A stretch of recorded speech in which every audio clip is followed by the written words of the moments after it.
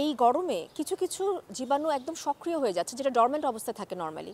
তো আমরা এখন প্রায় পাচ্ছি ফুসকুড়ি নিয়ে আসা, যেটা দেখা যায় কি অনেকটা সময় চিকেন পক্স বা ইমপেটিগো, এই ডিজিজগুলোর নিয়ে চলে আসতেছে বাচ্চা। অনেক সময় স্ক্যাবিস হচ্ছে, সেটা এই গরমে, তীব্র গরমে আবার ইনফেক্টেড হয়ে যাচ্ছে। আবার কিছু কিছু র্যাশ থাকে যেগুলো নর্মাল র্যাশ হিসেবে বা ঘামাচির মতোই আসছে, কিন্তু বাচ্চা অতিরিক্ত চুলকানোর কারণে সেটা ইনফেক্টেড হয়ে যাচ্ছে। যখনই জিনিসটা ইনফেক্টেড হয়ে যাবে, কোনো পুজ পড়বে, সাদা রস পড়বে বা হলদের রস পড়বে, তখনই আপনাকে অবশ্যই হাসপাতালে শরণাপন্ন হতে হবে। ঠিক আরেকটা যেটা আমি বলবো, হাসপাতাল না, আসলে চিকিৎসকের শরণাপন্ন হতে হবে।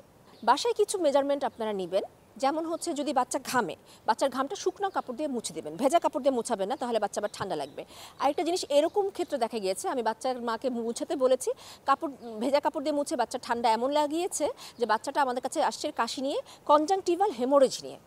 কনজাংটিভাল মানে ওর চোখ সাদা অংশগুলো লাল লাল হয়ে চাকার মতো হয়ে গিয়েছিল। হ্যাঁ, যেটা চোখের ডাক্তারের কাছে যাওয়ার পর ওখানে বলেছে যে এক্সেসিভ কাশি থেকে ওর এটা হচ্ছে। এটাতে আপনারা ভয় পাওয়ার কিছু নেই।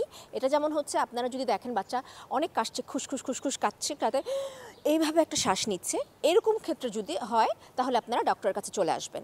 বাকিটা ডক্টর ইনশাল্লাহ ম্যানেজ করে ফেলবে। আপনারা এখন হচ্ছে প্রচুর পরিমাণে পানি খাওয়াবেন বাচ্চাদেরকে, সাথে হচ্ছে বাচ্চাদের ঢিলাঢালা পোশাক পরাবেন এবং সাদা হালকা কালার কাপড়ের পোশাক পরাবেন, কালো কাপড় টাইট কাপড় পরাবেন না। সাথে ওকে প্রচুর পরিমাণে